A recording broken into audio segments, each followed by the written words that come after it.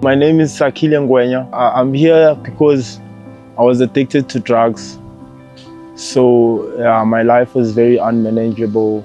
I did things that I'm not proud of. I was desperate in a way which I slept in the streets. I left my warm home and I went to go sleep in the streets. I stole from my mom. I stole from myself. I break every relationship that I had. I was a dead man walking, basically. I had hit the rock bottom to the point where I was spiritually dead. I could not steal anymore. I could not lie. I could not manipulate. I felt like it's better that I die than to live like this. My name is Camorelo. I've been here, it's about 6 weeks. I was a very reckless person.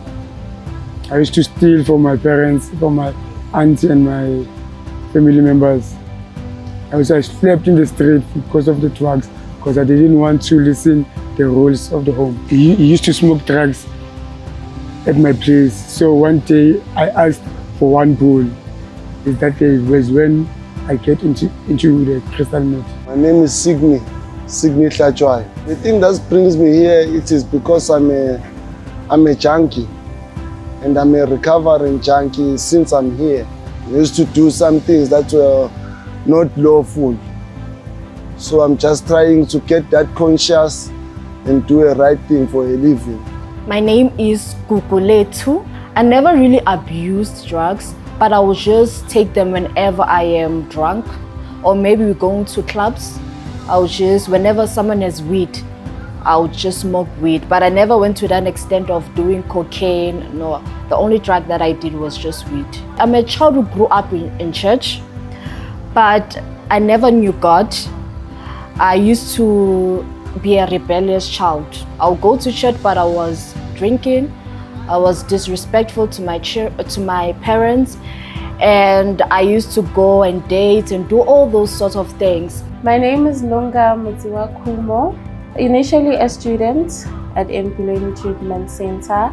I was doing my practical work. I did my practical work from 2017 until 2018. That's when I graduated. Yeah, that's when I was introduced to the treatment center, the inpatient. So from there, after I completed my studies, I volunteered for a few months, and then a vacancy was opened and I was employed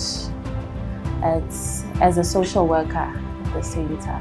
Well, because we deal with substance disorder, so it's clients who are suffering from substance use disorder. So it's clients who are using the various substances like nyaope, crystal meth, which is more predominant nowadays. A lot of clients are coming in using crystal meth, alcohol as well. So it's a different variety of substances that we are dealing with. So we explain to them to say that even if you don't understand, don't worry, you'll get to the next session and so on and catch up with the other guys. So it being a 40-week program, I guess they benefit from what they receive when they come for their 8 weeks. And since I'm here, I love this place. Because to me, I feel like it is my home away from home. It is a second home for me because the first one, I used to hurt them. No matter I didn't hurt them physically, but emotionally, spiritually, I hurt them a lot. So now I'm just trying to gather my strength, read some few books, Reach for Life, Bibles. Recovery is something that I had lost while using, something that I have in me. I just need to re-enlighten it. So in terms of God, I was reluctant to the thing of God because I thought it was complicated. But when the program came, Reach for Life, they made it more simpler. It's not that ordinary Bible that I know with, it's more fun. It's more readable.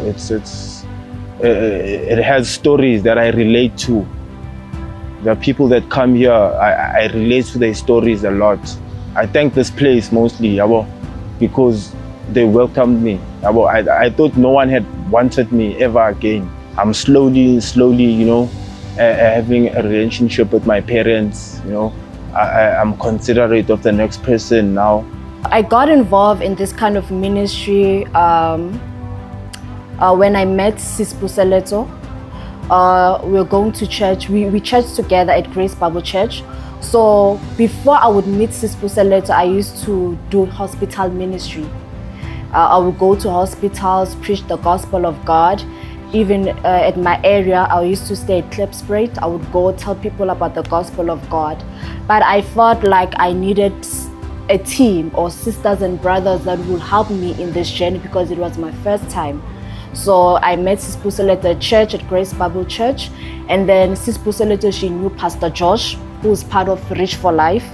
So there was a training one day and she told me about the training that they're doing a training.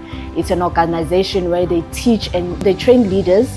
And then after that, they go to schools, rehabs to preach the gospel. It's a big impact that Reach for Life has made at our center because we are spiritual based in our program as well. So it complements a lot. So I like the program because it doesn't clash with the other things that we do at the center. So it doesn't disturb our flow and so on. So that's why the guys benefit a lot from it because we do encourage them to connect spiritually with their maker. So this Reach for Life really benefits the guys because it encourages that spiritual connection because we teach them that in recovery you can't do it alone.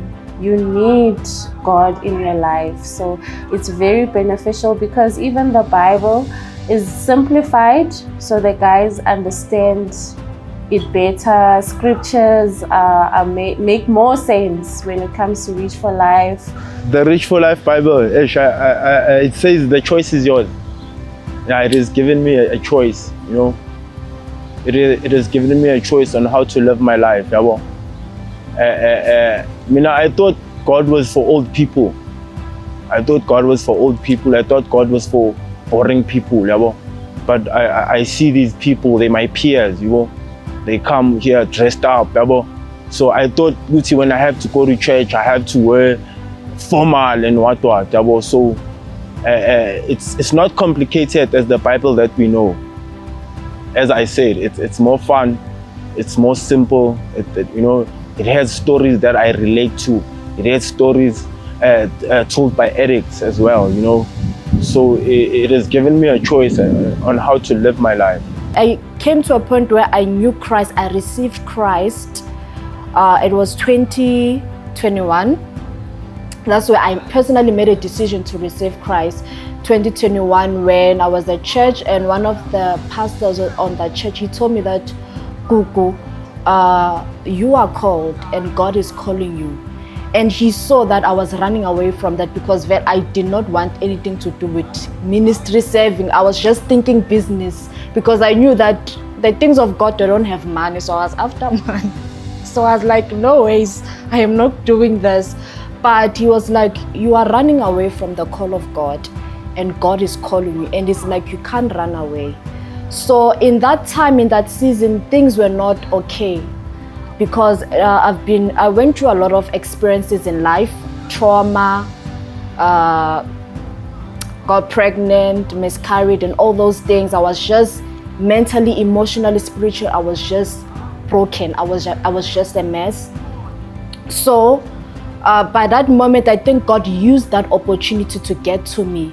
This one was my first Bible, Reach for Life. Reach for Life taught me a lot of things. It taught me how to treat myself, how to love God and preach about it. And have faith on everything I do and hope. It taught me love one person to another. And those who come and hold the sessions, the explaining and so on, it really has a big impact on the clients. And even in our sessions, when we get feedback from them, they'll even say that they are now starting to read the Bible. They are now starting to pray. So it really has a positive impact on the guys. One of the things that God had to work in me was to kill certain things that I had issue with, like kill that thing of seeing a brother as a boyfriend or something. You see those certain things that you feel as a person when you want to see a brother as someone that you can date. So to me, God has already dealt with that in me. So when I came here, I came with the mindset of what I came here for, to do the work of God. And with me, I felt like He equipped me for that, because of I'm seeing here in South Africa how many men have been destroyed by drugs, alcohol, and you see homes homes, when you go to a house, there is no man. So I think it's one of the things that God has placed in my heart to pray for men. So for me, I appreciate it. It means so much to me to come and minister to these guys here and just see their lives changing, because I don't want to come here and just teach, but I want to see their life change. I want them to come back to know who they are in God, because the devil has stolen that from them. My hope is to help people who are still in the use of drugs, and also to motivate how they can get out in the use of drugs, and help them to read the Bible, tell them how to read the Bible every time, because God is always here, He's always around us. It has given me another opportunity to give myself to God. Yeah, it has given me, actually, Rich for Life is the reason I'm giving myself to God today. It means a lot. Like, it touches my heart to be here and just preach the gospel of God and see men being revived, knowing who they are, being healed, because we need men. Our society needs men who are dedicated to the things of God, who know God, because a lot of things are happening.